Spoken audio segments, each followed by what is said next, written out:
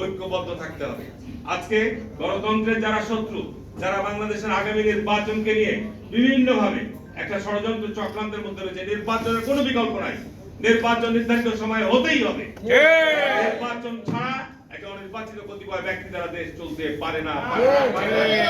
আজকে দেশে কর্মসংস্থান নাই, দেশে বিনিয়োগ নাই, দেশে আজকে জনপ্রতিনিধিরা নাই। স্বাভাবিক কারণে মানুষ আজকে বিভিন্ন বহুবিধ সংকটের মধ্যে বিদ্যমান রয়েছে। কিন্তু আজকে দেখেন যে শক্তিগুলি আজকে বিভিন্ন রকম অছিলা তুলে দেশের নির্বাচনকে বাধাগ্রস্ত করতে চায়। আমি মনে করি তারা দেশের গণতন্ত্রের শত্রু, দেশের শত্রু। তারা নির্বাচনকে নির্ধারিত সময়ে অনুষ্ঠানের ক্ষেত্রে বিভিন্ন শর্ত দিয়ে আজকে দীর্ঘ 15-16 বছর যাবত আমরা যে লড়াই করেছি, আমরা যে সংগ্রাম করেছি, আমরা যে গুমের শিকার হয়েছি, আমরা যে বিচার বৈধ হত্যাকাণ্ডের শিকার হয়েছি, আমাদের নেতা কর্মীরা লক্ষ লক্ষ নেতা কর্মীরা আজকে মামলা মোকদ্দমায় বাড়ি ছাড়া থেকেছে, গৃহ ছাড়া থেকেছে, সেই অবদান সেটা কেউ অস্বীকার করতে পারবে? বিএনপি গত 15 বছর এই শেখ হাসিনা দুঃশাসন আমলে যে জুলুম নিপীড়ন সহ্য করেছে, যে ত্যাগ স্বীকার করেছে, যে স্যাক্রিফাইস করেছে, বাংলাদেশের 50 বছরের ইতিহাসে কোন রাজনৈতিক দল ত্যাগ স্বীকার করে না। আর যারা আজকে বড় বড় কথা বলছেন, যারা আজকে গুপ্ত সংগঠনের নেতৃত্ব দিচ্ছেন, তারা আজকে বাংলাদেশে নতুন করে ষড়যন্ত্রের জাল বিস্তার করতে চান। গুপ্ত সংগঠন সম্পর্কে আপনারা ভালো জানেন। জাতীয়তাবাদী ছাত্র দল বা জাতীয়তাবাদী দল কোন গুপ্ত সংগঠন নয়, প্রকাশ্য সংগঠন। আমরা আওয়ামী লীগের সাথে আপোষ করি নাই, আমরা আওয়ামী লীগের সাথে গুপ্তভাবে তাদের সাথে মিলেমিশে কাজ করি নাই। আমরা লড়াই করেছি, সংগ্রাম করেছি দেশের স্বার্থে, দেশের গণতন্ত্রের জন্য, দেশের মানুষের অধিকার প্রতিষ্ঠার জন্য। কিন্তু যারা গুপ্তভাবে তাদের সাথে বিভিন্ন সুযোগ সুবিধা গ্রহণ করেছেন, তারা আজকে আমাদেরকে বিভিন্ন নসিহত দেন। বাংলাদেশকে কোনো অবস্থাতেই, বাংলাদেশ একটি জাতীয়তাবাদী দল, একটি মধ্যপন্থার দল। জিয়াউর রহমান বাংলাদেশের ধর্মীয় মূল্যবোধকে, বাংলাদেশের সংবিধানে আল্লাহর প্রতি অবিচল আস্থা এবং বিশ্বাস উনি যে সংবিধানে দিয়ে গেছিলেন, সেগুলো আবার সংবিধানে আমরা পুনর্বিবেচনা করব ইনশাআল্লাহ। বাংলাদেশ 90% মানুষ মুসলমান, সুতরাং এখানে কোন অবস্থাতেই বাংলাদেশে ধর্মীয় মূল্যবোধকে কেউ ক্ষতিগ্রস্ত করবে, বাধাগ্রস্ত করবে, এটিকে জাতীয়তাবাদী শক্তি কোনোদিন গ্রহণ করবে না, কোনোদিন মেনে নেবে না। আজকে বেগম খালেদা জিয়ার এই 81তম জন্মদিনে এটি আমাদের প্রতিজ্ঞা করতে হবে, এটি আমাদের শপথ নিতে হবে, এটি আমাদের শপথ নিতে হবে, এটি আমাদেরকে শপথ নিতে হবে, এটি আমাদের প্রতিজ্ঞা করতে হবে। কি রাজি আছি তো আমরা? দেশের সম্পর্কে যে ষড়যন্ত্র হচ্ছে, চক্রান্ত হচ্ছে, আপনারা জানেন তো। আজকে দেশের নির্বাচনকে নিয়ে এই শর্ত এই কথা বলে আজকে বিভিন্ন যে ধোয়া তোলা হচ্ছে, এইটির উদ্দেশ্য একটি, তারা ক্ষমতা শেয়ার চায়। আমি স্পষ্টভাবে বলছি, এখানে মিডিয়া লোকেরা আছেন, এখানে স্পষ্টভাবে বলছি, সরকারের আশীর্বাদ পুষ্ট যে এনসিপি দলটি গঠন করা হয়েছে, আমি 40-45 বছর থেকে, ফারুক ভাই 40-45 বছর থেকে জাতীয়তাবাদী দলের জন্মলগ্ন থেকে দল করছেন। আমরা অনেকে আছি এখানে বিএনপির জন্মলগ্ন থেকে যারা দল করে আসছি। আমি বিএনপি যখন এমপি ছিলাম, বিএনপির এমপি থাকার পরে এখনো আমরা বিরোধী দলের আমরা সাবেক এমপি হিসাবে আমরা ইচ্ছা করে যে কোনো জেলা সফরে গিয়ে আপনার সরকারি রেস্ট হাউস গুলো, সরকারি আপনার ডাক বাংলোগুলো, আপনার ডাক বাংলোগুলো আমরা ব্যবহার করতে পারি। আমরা তো কোনোদিন কোনো রাজনৈতিক প্রোগ্রামে যে আপনার ওই সার্কিট হাউসে উঠি না, কিন্তু আজকে এনসিপি আজকে যখন তারা জেলা সফরে যাচ্ছে, গোটা সার্কিট হাউস ব্যবহার করে।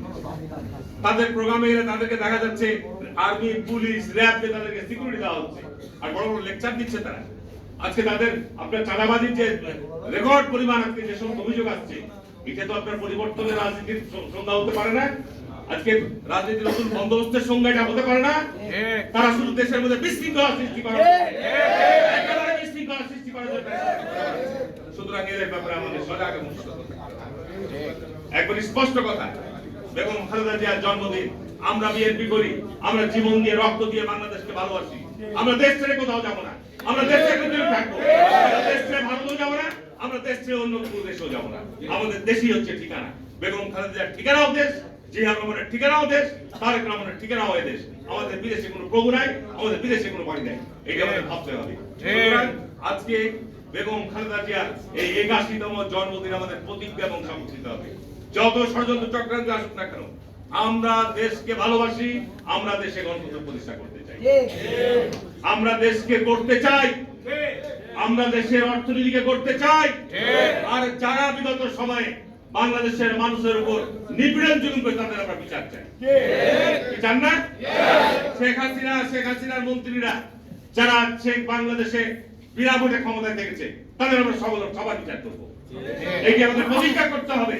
আজকে ফারুক ভাইরা ইনশাআল্লাহ আগামী দিনে মন্ত্রী হবে, এমপি হলেই নির্বাচন হলে এমপি হবেন।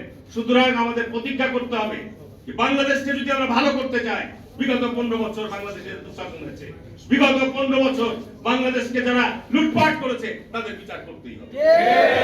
এই মেসেজ আমরা স্পষ্ট, এই মেসেজ স্পষ্ট, এটা আমাদেরকে স্পষ্টভাবে জানিয়ে দিতে হবে যে যারা আজকে বাংলাদেশকে অতীতে একটা পরাধীন রাষ্ট্র বানাতে চেয়েছিল, এটা সেবাদার রাষ্ট্র বানাতে চেয়েছিল, এটা গোলামী রাষ্ট্র বানাতে চেয়েছিল, তারা আর বিএনপির মধ্যে পার্থক্য আছে। আমরা অবশ্যই ভারতের সাথে আমাদের সৌহার্দ্য, সম্প্রীতি, বন্ধুত্ব চাই, কারণ ভারত আমাদের বড় প্রতিবেশী দেশ। কিন্তু ভারত আমাদের উপর কর্তৃত্ব করবে, ভারত আমাদেরকে শাসন করবে, এইটি আমরা কোনোভাবেই মেনে নেব না। অতীতেও মেনে নেনি, জিয়া রহমানও মেনে নেয়নি, এবং খালেদা জিয়াও মেনে নেয়নি, তারেক রহমানও মেনে নেবে না। আমাদের যে সমস্ত সংকট রয়েছে আমরা সেগুলো বন্ধুত্বপূর্ণ, সৌহার্দ্যপূর্ণ সম্পর্কের মধ্যে দিয়ে সমাধান করতে চাই। এটি বিএনপির রাজনীতি, এটি বিএনপির দর্শন। তাই আমি আজকে বলবো, বেগম খান আজকে জুম্মার দিন, যদিও বক্তব্য বাড়াবো না, প্রধানমন্ত্রী বক্তব্য দিবেন। আজকে বাংলাদেশের এই সংকটময় সময়, একটা সংকটময় সময় আমরা অতিক্রম করছি, কোনো সন্দেহ নাই, কোনো সন্দেহ নাই। এই সংকটময় সময়কে আজকে আমাদের মোকাবেলা করতেই হবে।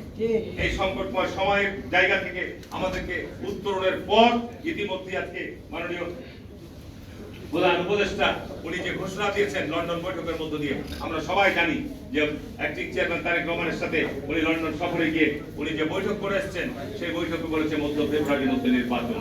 আজকে কে বলছে পিআর পদ্ধতি, আজকে কে বলছে যে আজকে ওই বিচার না হলে, আজকে কে বলছে যে না এটা না হলে নির্বাচন করতে দেব না। এটা মামার বাড়ির আবদার, এটা মামার বাড়ির আবদার, এটা তো একটা স্বৈরাচারী বক্তব্য। এটা না হলে আমরা নির্বাচন করতে দেব না। পিআর পদ্ধতি নিয়ে গত 50 বছরে কোনো দাবি দেওয়া ছিল না। বাংলাদেশ আজকে আমি নির্বাচন কমিশনকে আহ্বান জানাবো, নির্বাচন কমিশন আজকে অনেক আরপিও বিভিন্ন কিছু ঘোষণা করছেন। এই আরপিও গুলো চূড়ান্ত করার পূর্বে, এই আরপিও গুলো অর্ডিন্যান্স করার পূর্বে অবশ্যই বৃহত্তম রাজনৈতিক দলগুলোর সাথে আপনি আলোচনা পথ তুলবেন। কারণ আপনি আজকে যে সমস্ত আরপিও সংশোধনী নিয়ে আসছেন, এগুলোর ক্ষেত্রে যারা আমরা স্টেক হোল্ডার, আমরা যারা নির্বাচনে অংশগ্রহণ করে আসছি, আমরা যারা নির্বাচন করব, তাদের সঙ্গে আলোচনা করা একান্ত অপরিহার্য।